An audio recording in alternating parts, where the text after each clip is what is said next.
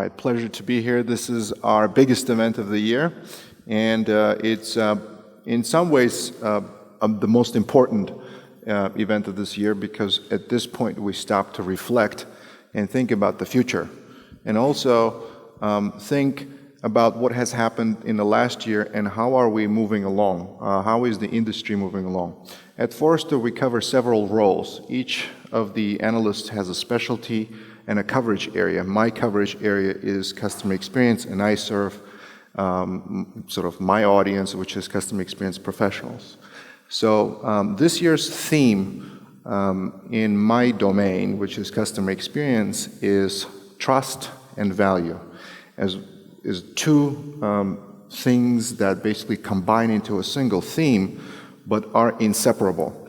And this is because we see that in this year, and probably moving sort of going forward, trust and value are going to become essential to commercial success. And customer experience professionals are going to realize that if they haven't already realized this already. So what's our predictions? Number one prediction is that customer experience executives as influencers, and we're talking about the top layer of sort of hierarchy in companies, is going to expand notably. So we're seeing that across companies in pretty much all sectors, all retail-oriented sectors, the influence of customer experience is edging up. So we're seeing more senior leadership roles in this area. Okay, companies that believe and understand the value of customer experience will allow people with that specialty to actually occupy senior executive positions. Doesn't mean all companies who actually have seen, understood, realized, respect the value that customer experience actually deserves. So this is where it's coming from. So we're going to see more and more executives with titles like Chief Customer Experience Officer or Chief Customer Officer to continue. So the hiring at this level has already picked up. So we've analyzed sort of data from different job boards, also companies who specialize in executive searches. This is one of the professions, hottest professions that is currently out there. Where will they recruit these people? So expect that they will go after people from their competitive firms. There's going to be also significant amount of internal promotion. But the bottom line is they're going to look for people who have a proven business track record. And this is key. Because as we have seen, some of the notable cases where shifts like this have happened, certain people are actually giving way, certain executives are giving way to those who have a better track record from within, such as this example at Kellogg. Kellogg's chief growth officer was replaced by a new position that has opened up at Kellogg, and they've never had this position before, chief marketing officer. Which brings me to the second prediction, and these are connected. The actual number of customer experience professionals will drop. Okay? So the executive leadership positions will rise, but the number of customer experience professionals will diminish. Why is this happening? Because CX pros, when we're talking about day-to-day managers of customer experience programs or initiatives, not all are succeeding at their jobs. In fact, some of them are actually not demonstrating the impact of their jobs, not contributing to the bottom line. Also, they have to have some kind of alignment to business performance. So the days where they were only measuring and monitoring things like customers, happiness level or satisfaction and things like that, those days are numbered. Those days are over. What executives really demand from this profession, from this position, is business results. So unless their KPIs are attached to a dollar sign, they're really not delivering what their job scope is in the eyes of their bosses. Okay, so the industries that will be hardest hit, we think, is financial services as one. Okay, but similarly in other areas, especially B2B, where the value of customer experience hasn't been so pronounced or hasn't been well understood. So therefore, in these companies where they're not really realizing or still understanding the value that comes from customer experience, they're going to be less likely to continue investing in this area. So therefore, jobs with this title and with this role will probably diminish. We already have some notable departures, okay?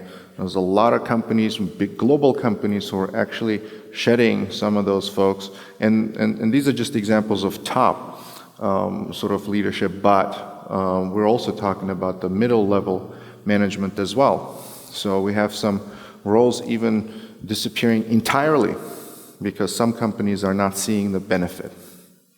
So Netflix, McDonald's, Walmart, Kellogg's, Hasbro, Johnson & Johnson are eliminating folks that are not, or leaders that have not proven that business value. And they will continue to do so until they find the right people for that job.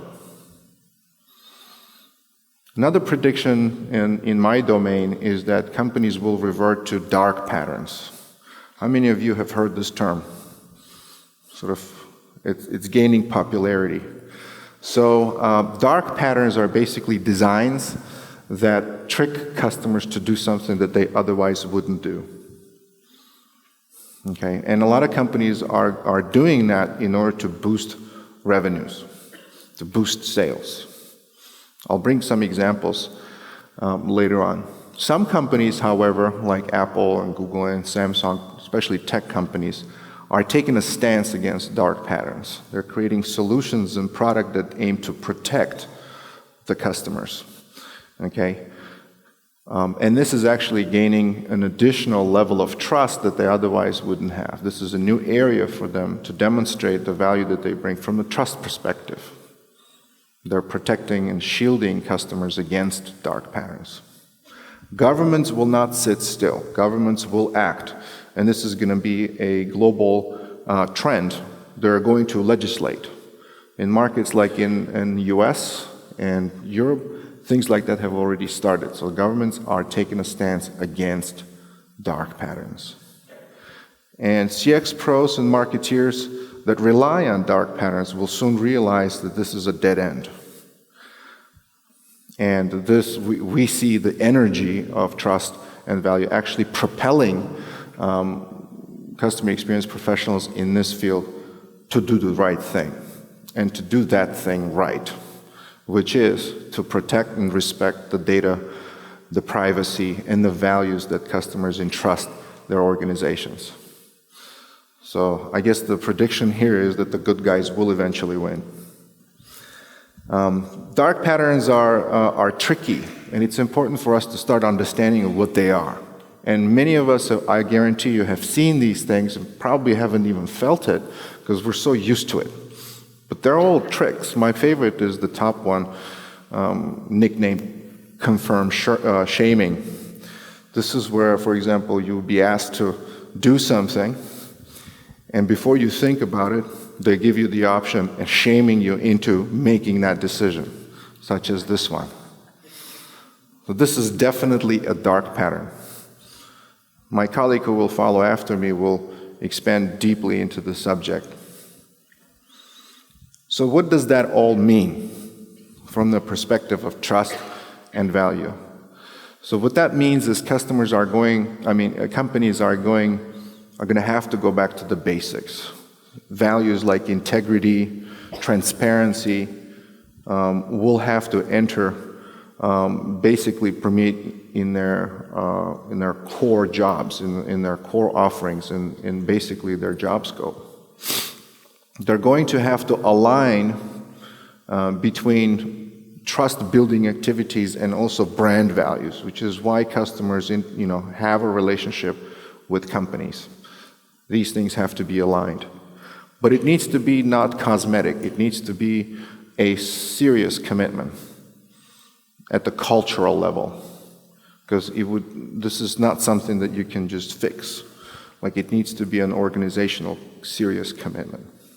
In terms of value, a shift needs to happen between what it is today, mostly, companies trying to compute and calculate what value does a customer provide to the company. We've often heard the term customer lifecycle value. This is basically a way to calculate how much value does a customer have to us. It needs to be the other way around, because customers are asking the same question vis-a-vis the companies that serve them: what value do you generate for me? And companies more and more have to articulate that value. And it needs to be pretty clear of what that is. Secondly, firms need to sort of understand what is it that they deliver in terms of value. In their propositions, in their relationships, the tenure of that relationship, what is the value that they actually provide to the customer, and what personal values of that customer do they try to emulate and stimulate in their work. And thirdly, they have to find a place to pivot. Not everything is bad. They've been doing so well so far. There's some things that they need to improve on. So there's already a foundation. There's already a relationship.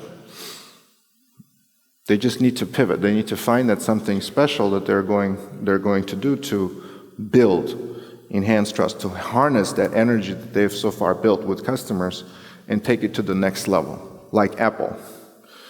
Besides manufacturing great devices and becoming a popular brand, this was an opportunity for them to demonstrate that you can trust us. What you do with your phone, on your phone, is safe with us. You're safe with us. This is a whole new area for them that didn't previously exist. They're leveraging this crisis of trust and value in their proposition. So the question is, what is your pivot point in your respective companies when you continue to engage your customers going forward? So with this, I will stop here and pass it on to my colleague Xiaofang Wang. Thank you.